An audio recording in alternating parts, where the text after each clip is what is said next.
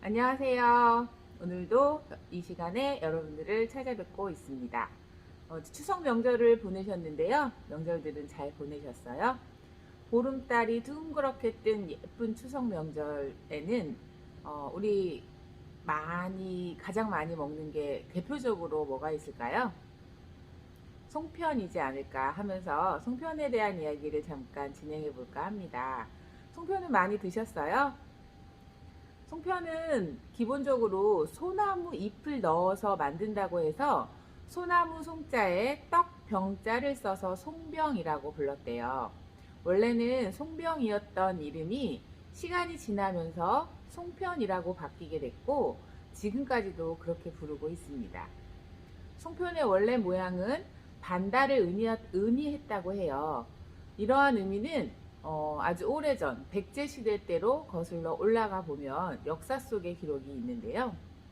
백제 의자왕이 궁궐 땅속에서 올라온 거북등을 발견했는데 거북등에는 백제는 만월이요 신라는 반달이라고 적혀 있었다고 합니다. 이를 이상하게 여긴 의자왕은 유명한 점술가를 찾아 물어보았어요. 이 점술가는 백제는 만월이라 이제부터 서서히 기울기 시작한다는 것이고 신라는 반달이기 때문에 앞으로 차차 커져서 만월이 될 것이다 라며 역사의 운을 점쳤다고 합니다. 이는 후에 신라의 삼국통일로 사실임이 증명되었다고 하지요. 이러한 이야기를 토대로 더 나은 미래를 위해서 반달 모양의 송편을 빚어 먹었다고 하는데요. 또한 우리나라의 달 숭배 사상을 가지고 있던 선조들이 자연스럽게 달 모양을 본뜬 송편을 빚어 먹었다는 데서 유래했다는 말도 있습니다. 동그란 보름달처럼 앞으로 더 성숙하고 풍성해지라는 의미도 가득 담아져 있는 것이라고 생각합니다. 송편 드시고 남은 올해는 더욱더 풍성해지시기를 저도 함께 기원 드리면서 오늘을 시작해 보도록 하겠습니다. 기본적으로 사정에서 사용되는 다양한 용어들이 있는데요. 전체적으로 개괄적으로 설명을 한번 드린 다음에 습사를 하게 되면 조금 더 쉬운 이해가 되시리라 생각해서 지금 당분간은 계속 용어 정리 쪽으로 집중을 해보려고 합니다. 저도 진행을 하면서 굉장히 낯선 용어들도 있고 그에 반해 자주 사용되는 용어들이 있으니 이렇게 한번 정리가 된 후에는 좀 더 쉽게, 좀 더 친근감 있게 사정에 다가오셨을 때 귀에 쏙쏙 들어오리라 생각하면서 용어 정리를 해보았습니다. 첫 번째, 제가 계속 정리를 하는 건 기역, 니은, 순으로 말씀을 드리는 건데요. 개자리라는 말이 있습니다. 개자리는 관역 앞에 웅덩이 등을 파고 사람이 들어 앉아서 살의 적중 여부를 확인하는 장소로 사용되었다고 해요. 지금은 뭐 이렇게 웅덩이를 파진 않지만 그 고전 대피소 이렇게 지난번에 보여드린 기억이 있네요. 그러니까 예전 조선시대 때는 살을 주스러 가는 건 그 연전동 그 안에 다른 그 직업처럼 그쪽에서 대기를 하던 사람들이 있었다고 해요. 살을 주워 오던. 그리고 두 번째 고전이라는 단어가 있는데요. 활터의 관역 가까운 곳에서 활의 적중 여부와 떨어지는 방향을 알리는 것, 이걸 고전이라고 합니다. 지금까지 전해 내려오면서 대부분의 정에서 고전이라고 함은 활을 쏜 후에 그 활의 적중 여부와 떨어지는 방향을 알고자 직접 활을 쏜 무사들이 직접 그 개자리까지 이동을 해서 고전을 확인하곤 합니다. 관역은 뭐 이제 아주 너무 익숙하시리라 생각해요. 널반으로 만든 소를 말해요. 관소관역. 과거 볼 때에 150보를 한정하여 쏘던 관역. 예전 언어겠죠? 예전 단어라고 이해하시면 될 것 같아요. 궁각개. 조선조 때 선해청에 활의 재료를 곡물 형식으로 바치던 그런 개 형태가 있었는데요. 그걸 궁각개라고 표현을 했다고 합니다. 궁방이 있습니다. 궁방은 대부분 사정에 각각 아마 한 개소씩 다 거의 다 비치가 되어 있을 거예요. 활을 만드는 곳, 그러니까 대부분 각궁을 내시는 분들은 활을 점화하는 그런 장치들과 점화해서 만지는 동안 머무는 곳을 활을 만드는 곳이라고 표현을 하고 있고요. 궁사라는 말이 있습니다. 궁사는 궁장과 같은 뜻으로 쓰이면서 활을 만드는 사람을 표현하는 언어입니다.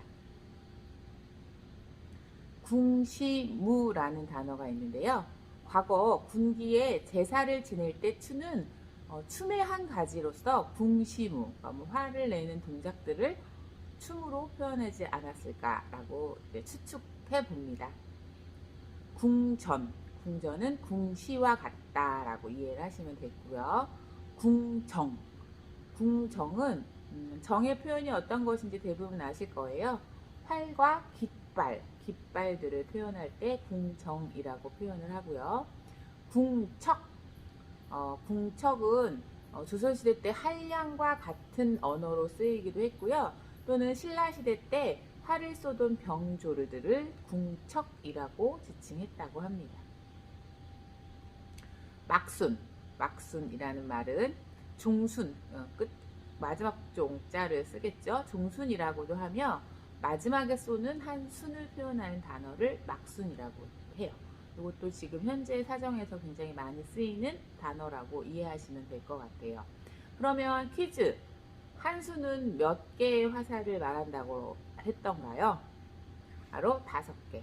그러니까 처음엔 저도 한 손인 줄 알았어요. 손가락의 개수가 5개니까 한 손이라고 이해를 했었는데 이렇게 여러분들과 함께 활에 대한 공부를 하다 보니 한 순이 정확한 순이라는 단어가 정확한 그 활을 세는 숫자라는 계량하는 단위라는 것을 다시 한번 강하게 알게 되었습니다. 대궁승시라는 말이 있어요. 굉장히 좀 낯설기도 하지만 어려운 단어인 것 같아요. 예전을 쏠 때, 예를 치르는 행사를 할 때 사시를 쏘는데 사수를 승이라 하므로 예궁과 예전을 칭하여 대궁승시라고 하였다고 해요. 그리고 띠라는 말이 자주 등장을 하는데요. 대라고도 하면서 활터에서 한 패에 몇 사람씩 나누인 때 그룹, 지금으로 표현하면 그룹이라고 이야기를 하시면 될 것 같아요. 즉 같은 사대에 서서 한 관역을 향해 쏘는 한 개 조, 모듬, 그룹이라고 이해를 하시면 되고요. 사대에 보통 서는 최고 숫자는 7명까지 한 사대에 설 수 있습니다. 몰기라는 단어가 있어요. 몰기라는 단어는 한 순을 쏠 때 5개가 다 맞는 것을 표현할 때 써요. 몰기는 활을 쏘는 사람의 꿈의 단어입니다. 저 역시도 그렇고 뭐 한 몰기, 두 몰기, 세 몰기, 네 몰기 뭐 이런 식으로 몰기라는 단어 자체는 그냥 그야말로 듣기만 해도 기분 좋아지는 단어예요. 한 순을 쏠 때 5개가 발이 필주 정확하게 다 관역을 향해 다 맞았을 때 몰기라는 표현을 합니다. 그 무겁이라는 단어가 있어요. 무겁은 개자리와 같은 말. 그러니까 예를 저 관역터에서 그 활을 맞지 않게 피할 수 있는 그런 장소라고 이해를 하시면 될 것 같아요. 그리고 바탕, 화살이 가는 거리를 표현하는 단어예요. 화살이 가는 거리, 즉 사대에서 관역까지의 거리를 말합니다. 벌이줄, 과거에 관역을 배로 만들어 걸었을 때 솔대를 잡아 당기는 줄이라는 표현으로 사용이 됐는데요. 현재는 거의 사용되지 않는 우리 예전에 쓰던 언어였을 거라고 생각을 합니다. 그렇지만 우리가 활을 쏘는 사람이기 때문에 한 번쯤 정확하게 정리를 해 가보는 시간은 꼭 필요할 거라고 생각하기 때문에 오늘도 전 이 야심한 밤에 여러분들과 함께 하고 있습니다. 사정에서 활을 쏠 때 사용하는 용어는 굉장히 좀 많기 때문에 오늘 1탄을 여기서 마치고요. 다시 다음 시간에 2탄으로 다시 만나 뵙도록 하겠습니다. 지금도 이제 잠자리에 드실 시간일 것 같아요. 편안한 밤 되시고요. 추석 끝자락 더 가족들과 함께 행복한 하룻밤 되시기 바랍니다. 다음에 다시 뵙겠습니다.